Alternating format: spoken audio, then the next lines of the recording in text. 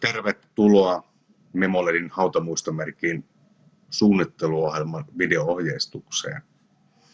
Olet tullut sivulle hautatuote.fi ja sieltä välilehti Suunnittele. Sitä klikkaamalla päästään suunnitteluohjelmaan. Suunnitteluohjelmassa näet tietokonekuvan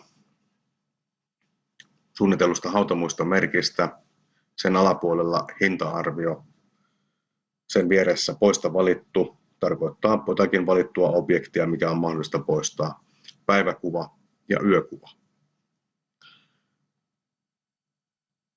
Kuvan alla on myös sitten hautakiven suunnittelun ja tämän suunnitteluohjelman käyttöön ohjeita, joita seuraamalla sitten saadaan suunniteltua haluamanlainen muistomerkki.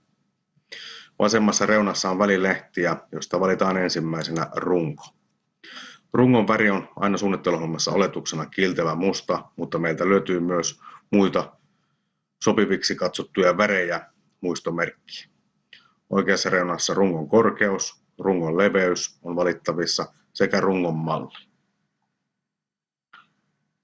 Sen jälkeen valitaan vasemmasta reunasta välilehtitekstit ja lähdetään muokkaamaan valittuja tekstejä. Klikataan hiirellä aktiiviseksi haluttu teksti. Mennään vähän alaspäin ja siellä tulee teksti sukunimi. Se maalataan ja siihen kirjataan se sukunimi, mitä halutaan. Fontin koko näkyy täällä alla. Se on oletuksena 6,5 senttimetriä. Ja myöskin fontin malli. Niitä on 6 erilaista. Pidetään oletuksena nämä. Sen jälkeen valitaan etunimi. Maalataan etunimi mustaksi. Ja kirjoitetaan siihen. Etunimen oletuskokona on 4,5 senttimetriä. Ja valitaan sieltä vaikka tuollainen fontti, joka näyttää, että se meni vähän pieneksi, niin näin ollen me voidaan kasvattaa sitä vähän isommaksi. Kaikkia nimiä ja objekteja on siirrettävissä.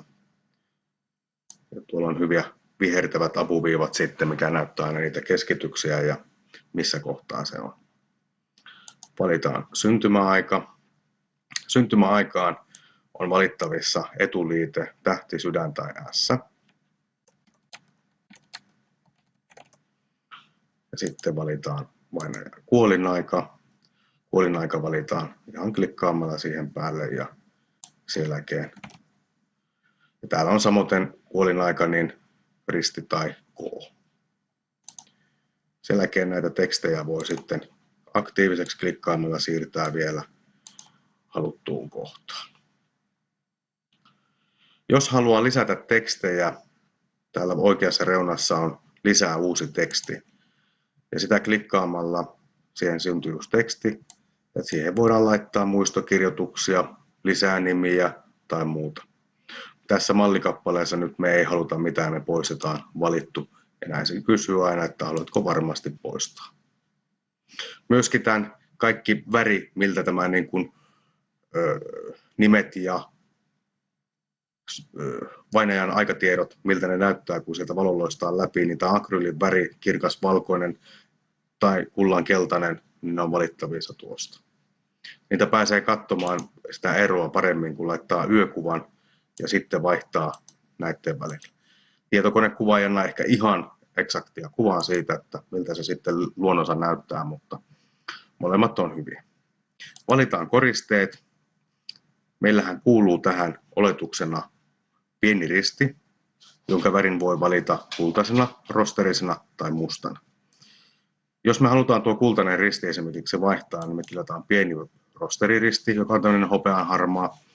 Silloin klikataan kultainen aktiiviseksi, poista valittu ja sitten klikataan taas rosteriristi ja siirretään se halutulle kohdalle tuohon noin.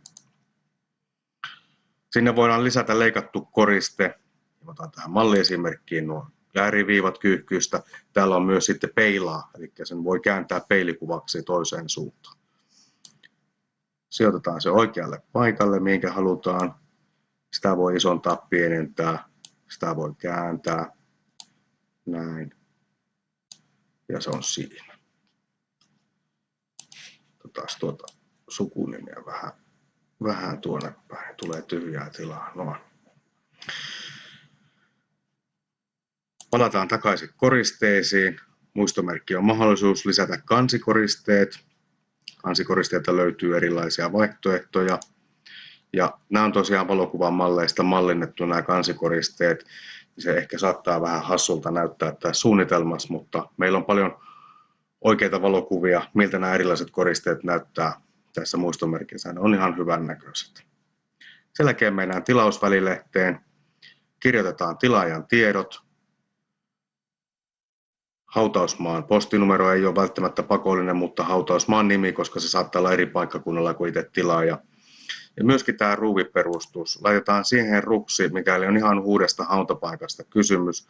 Näin tänne oikeaan reunaan, missä on tilauksen sisältö, niin sinne tulee ruuviperustus mukaan hintaan 279 €. Suurin piirtein samoissa hinnoissa liikutaan pohjakiven kanssa. Me pystytään ruuviperustuksella takaamaan, että tämä itse muistomerkki ei roudan vaikutuksesta ala vääntyilemään mihinkään suuntaan. Sen jälkeen, kun on kaikki kohdat täytetty, niin painetaan lähetä suunnitelmaa ja teille tulee sähköpostissa sitten vielä vahvistus tästä suunnitelmasta. Otamme sitten sen jälkeen heti pian yhteyttä puhelimitse ja sähköpostitse, käydään suunnitelman läpi ja haetaan hautamuistomerkin asennukselle hautausmaan omistajalta lupa ja pistetään tuote työhön, kun se on kaikilta osin hyväksytty. Kiitos.